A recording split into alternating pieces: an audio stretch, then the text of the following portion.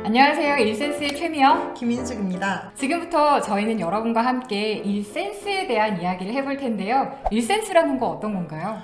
센스 있게 일하는 법인데요. 보통은 회사에서나 밖에서 일을 할 때 저 사람은 좀 센스가 있어라는 표현을 하게 되는 경우들이 있는 것 같아요. 그러니까 뭐라 설명할 수는 없는데 일을 좀 잘한다? 라는 표현이라고 일단 저는 생각을 합니다. 그래서 저희가 일머리가 있다 이렇게 표현하기도 하는데요. 굉장히 영리하고 능수능란하게 커뮤니케이션 하면서 업무를 잘 처리하는 분들이 계시죠. 그런데 저희도 그렇게 하고 싶은데 어떻게 하면 그분들처럼 센스 있게 잘할 수 있을지 이건 굉장히 어렵거든요. 그래서 저희가 지금부터 여러분과 어떻게 하는 것이 일을 센스 있게 하는 건지 한번 이야기를 해보려고 합니다. 오늘 이야기하려는 첫 번째 주제는요. 당신이 항상 2번 일하는 이유입니다. 일단은 우리가 이 2번 일하게 되는 상황, 그 원인에 대해서 한번 이야기를 해봐야 되지 않을까 싶어요. 어떤 경우에 일을 2번씩 하게 될까요? 어쩔 수 없이 제 고백? 고백타임. 제가 2번 일을 했던 경우들을 좀 생각해 보았는데요. 일단 대충 하진 않았지만 결과적으로 되게 사소한 것을 놓쳤던 경우들이 많은 것 같아요. 맞아요. 그러니까 꼼꼼하게 체크를 해야 하는데 이 정도면 잘 됐겠지라고 그냥 안심하고 넘겼을 경우에 정말 예상치 못했던 오타라든지 맞아요. 그런 부분들이 저는 일단 가장 허무하기도 했고 사실 횟수로도 좀 많았던 것 같아요. 사실 이 디테일이라는 부분이 되게 놓치기가 쉽거든요. 그런데 이런 포인트에서 다시 일을 해야 된다라고 하면 정말 좌절할 수밖에 없는 거죠. 그래서 정말 찝찝할 때는 꼭 다시 한번 확인하는 게 저는 답인 것 같아요. 그냥 맞춤법 검사 한번 하면 되거든요. 근데 내가 눈으로 확인하고 넘기는 거죠. 그래서 이게 몇 번 실수를 하고 나면 귀찮지만 맞춤법 검사를 한 번 더 한다 라거나 옆에 있는 동료한테 한 번 더 봐달라고 한다거나 이런 식의 조치를 계속 취하면서 조금씩 나아지게끔 노력하는 것 같아요. 제 경우에는 조금 부주의해서 또 고백 타임 들어가면 부주의해서 사실은 일을 2번 하는 경우들도 있거든요. 예를 들어서 업무 지시를 받았는데 거기에서 뭔가 하나를 빠뜨린다거나 아니면 메일을 받았는데 꼼꼼하게 읽지 않고 이거 이렇게 해달라는 얘기구나 그냥 내가 해석하고 싶은 대로 해석하고 일을 해준다거나 그건 내 짐작으로 한 일이기 때문에 상대가 나에게 요구한 일과는 굉장히 갭이 클 수도 있거든요. 그렇게 일을 하시면 나중에 제가 요구한 거 이거 아닌데요? 라는 답변을 받게 되기도 하죠. 근데 사실 그런 경우를 보면 클라이언트가 애초에 나한테 혹은 상사가 나한테 요구사항을 모호하게 하는 경우도 사실 많잖아요. 사실은 그런 거 굉장히 많아요. 우리 좀 억울하다, 그죠? 글을 뜯어보면 뭔가 모호한 부분들이 많았는데 그거를 이제 애초에 내가 지레짐작으로 이렇게 해달라고 한 걸 거야 맞아요. 라고 그냥 내 탓이요 라고 해야죠. 사실은 저희는 이 부분도 좀 알 필요가 있는 것 같아요. 우리가 일을 받는 클라이언트 그리고 우리에게 일을 지시하는 상사가 완벽하게 뭘 원하는지 그 사람들도 사실은 모르는 경우가 많거든요. 그리고 설령 알고 있다 할지라도 그걸 자신의 말로써 상대가 명확하게 이해할 수 있게 전달하는 그런 뛰어난 능력을 갖고 있는 분들이 사실은 많지 않아요. 그래서 우리가 그분들의 의도를 파악하기 위해서는 우리 스스로도 뭔가 노력을 해야 되는 부분이 분명히 있죠. 내가 의문점이 생겼을 때 이것을 다시 의중을 파악하려는 노력은 꼭 해야 되는 것 같아요. 그쵸. 뭔가 다시 질문하는 게 좀 어렵다거나 혹은 번거롭다고 생각하는 경우들도 있는데 그렇게 넘긴 순간 나중에 일을 꼭 2번 하게 되더라고요. 그러면 이렇게 2번 일을 했을 때 분명히 안 좋은 점이 있겠죠. 프리랜서는 시간이 돈이거든요. 그래서 그럼요. 일을 내가 제한된 시간에 빨리 끝내고 사실 다음 일을 해야 내가 또 다른 일을 도전을 할 수가 있는데 마무리가 명확하게 되지 않으면 다른 일을 하는데 지장을 주게 되는 것 같아요. 그래서 사실 기업에서 일을 의뢰할 때도 손이 빠른 사람을 원하는 경우가 맞아요. 있거든요. 그런데 이 손이 빠른 사람이라는 건 단순히 작업을 빨리 하는 게 아니라 내가 원하는 수준의 작업을 내 니즈에 맞게 빨리 해주는 사람을 원하는 거예요. 직장인 관점에서 한번 생각을 해보자면 제가 열심히 쓴 보고서를 상사한테 가져갔어요. 내가 원한 건 이게 아니니까 다시 해오래요. 컨펌 받고 퇴근해야지 이랬는데 퇴근 못하는 거예요. 그렇죠. 내일까지 마무리해야 되는 일이었던 거죠. 그렇죠. 감사합니다. 받아주셔서. 네네. 일을 다시 한다는 거 그건 굉장히 에너지 소모가 큰 일이고 스스로 좀 자존감이 떨어지기도 해요. 열심히 달리다가 다 끝났다고 안도를 했는데 다시 시작하는 느낌은 생각만 해도 사실 너무 싫거든요. 심리적으로도 굉장히 안 좋고 일에 퍼포먼스 측면에서도 좋은 건 아닌데 가장 중요한 건 뭐냐면 사실 평판이죠. 음. 네, 이 사람이랑 일을 계속 하고 싶게 하는 이유 중에 이 사람이 일 처리를 잘한다, 깔끔하게 한다, 혹은 빠르게 한다, 이게 너무 중요한데 빠르게 하지만 퀄리티가 안 좋아도 문제가 되고, 혹은 사실 반복적으로 일을 수정하게 되면 클라이언트를 귀찮게 하는 거거든요. 근데 일을 주는 사람 입장에서는 돈을 줬으니까 더 안 귀찮게 해줬으면 좋겠다고 저는 생각하거든요. 그렇다면 이 사람이랑 다시 일을 할 이유가 없어지는 거죠. 일을 맡겼을 때 더 이상 내가 구구절절 설명하지 않아도 한 번에 알아서 해주는 사람 얼마나 좋겠어요. 마찬가지로 내가 지시했을 때 한 번에 알아서 보고서를 깔끔하게 써오는 사람 얼마나 상사가 예쁘겠어요. 그런데 이거 아니다, 다시 해와라 하는데도 계속 방향이 틀린 보고서를 가지고 온다면 상사가 무의식 중에 이 친구는 업무 역량이 떨어지는구나 라고 생각할 수밖에 없고, 그런 것들이 결국은 조직 내에서의 평판, 그리고 나의 인사, 고가 이런 걸로까지 이어지기 때문에 사실은 조직 생활을 함에 있어서도 이런 부분은 굉장히 중요합니다. 일을 잘하는 것만이 다는 아니잖아요. 평판 관리는 정말 놓치면 안 되는 부분인 것 같기는 해요. 네, 그렇다면 어떤 센스를 발휘해야 우리가 한 번에 일을 깔끔하게 끝낼 수 있을까? 그 이야기도 이제 해봐야 될 것 같아요. 저는 이 부분에 대해서 고민할 때 주제 파악이라는 단어가 생각이 났는데, 제가 잘할 수 있는 일인지 없는지를 사실 구분하는 게 너무 중요하다는 생각을 했어요. 과거의 또 경험으로 넘어가 보면 제가 하기 힘든 영역의 일을 의뢰를 받았을 때 억지로 어떻게든 노력해보겠다는 의미로 오케이를 했을 때 상대방은 제가 노력하는 것은 중요하지 않더라고요. 정확해요. 그 사람은 나한테 퀄리티를 요구하는 거지 너가 열심히 하니까 괜찮아 라고 말해주지 않았거든요. 그래서 아무리 내 선에서 100%를 해가도 마음에 안 들게 되면 이건 2번 하는 게 아니고 3번, 4번, 5번을 해도 계속 만족스럽지 않기 때문에 그 누구한테도 좋지 않은 일이었던 것 같아요.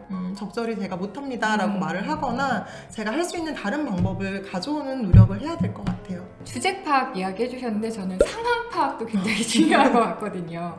결국은 이렇게 나한테 지시가 내려왔을 때, 그리고 클라이언트가 나한테 뭔가를 요구했을 때 이 상황은 뭔지를 명확하게 볼 필요가 있어요. 분명히 큰 그림 안에서 나에게 뭔가를 지시했을 텐데 내가 그 맥락을 파악하지 못하고 일을 하고 있으면 정확하게 그 목적에 맞게 결과물을 가져가기가 어렵거든요. 그렇기 때문에 이게 도대체 어떤 상황인지 그런 것들을 명확하게 파악할 필요가 있죠. 그런데 사실 이걸 파악하기 굉장히 어려워요. 질문을 사실 잘 해야 되는 것 같기도 하고요. 눈치를 좀 봐야 될 수도 있다라는 생각도 들어요. 저희가 아까도 얘기했지만 모호하게 지시해주는 경우들 굉장히 많거든요. 그리고 자기가 원하는 게 뭔지 잘 모르는 경우도 많거든요.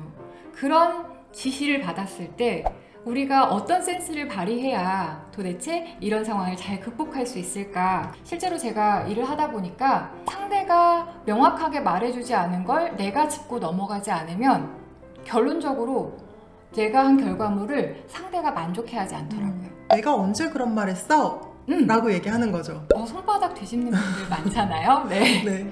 다시 한번 되묻는 것이 굉장히 중요한 것 같아요. 이렇게 말씀하셨는데 제가 이렇게 이해한 게 맞나요? 맞아요. 라고 물어봐서 다시 한번 꼭 확인을 받아야 나중에 내가 언제 그랬어? 라는 말을 안 하시기도 하고 메일로 주고받는다면 더 확실하기도 한 것 같고요. 그렇죠. 네. 저는 그런 측면에서 합의가 굉장히 중요하다라는 생각이 드는데요.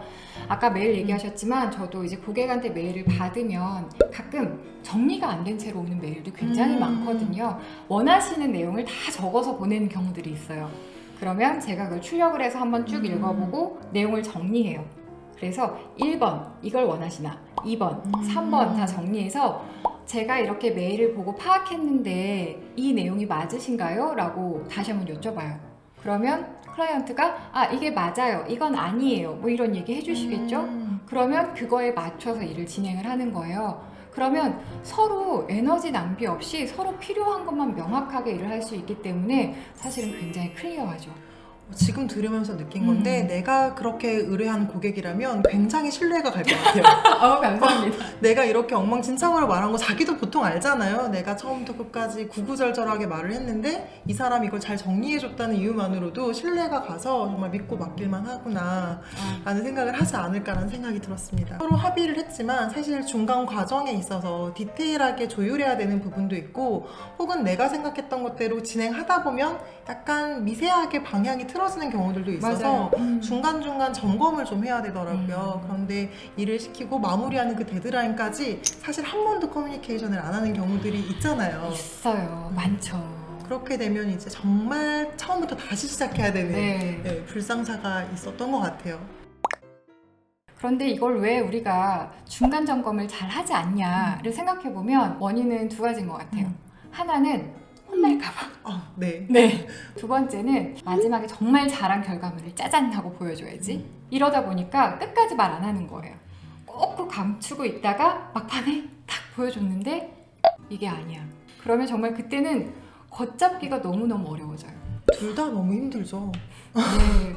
중간중간 보고하면서 이 일이 어떻게 진행되고 있는지 그런 것들을 서로 상세하게 커뮤니케이션 하는 게 하나의 방향으로 맞춰가는데 너무너무 중요한 것 같아요. 이렇게 중간에 서로 커뮤니케이션 단계에서 제가 많이 썼던 방법은 사실 알면서도 물어보는 경우 있잖아요. 맞아요. 내가 지금 잘하고 있는데 이게 진짜 맞아요? 근데 이건 사실 어렵지가 않은데 간혹 내가 헷갈리는 포인트들이 있어요. 맞아요. 합의가 다 됐는데 이거를 이대로 진행하면 이 사람이 정말 원하는 게 맞을까라는 고민이 되거나 혹은 정말 아무리 메모를 했지만 제가 놓치는 부분도 사실 있거든요. 있죠. 근데 그때 너무 제가 이거를 깜빡해서요 라고 물어보는 거는 별로 좋지 않은 것 같아요. 프로페셔널해 보이지 않잖아요. 네, 이왕 물어볼 음. 거라도 이렇게 진행되고 있는데 혹시 제가 빠뜨린 부분이 있거나 보완할 사항이 있으면 의견 주시면 제가 조금 더 추가로 작업하겠습니다 라고 하면 네.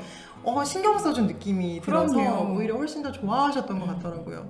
아, 이 친구는 되게 프로세스대로 일을 하고 있고 이런 것들을 중간 점검해주고 빠뜨린 게 없는지 우리를 이렇게 또 배려해주는구나 이런 생각도 있기 때문에 일을 맡긴 사람 입장에서는 훨씬 더 편할 거예요.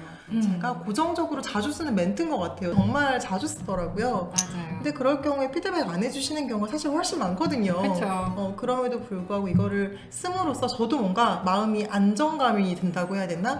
점검하는 그런 나름의 방법, 커뮤니케이션 스킬, 노하우도 자기만의 무언가 버전이 있으면 좋을 것 같다는 생각도 들어요. 이런 생각이 좀 들더라고요.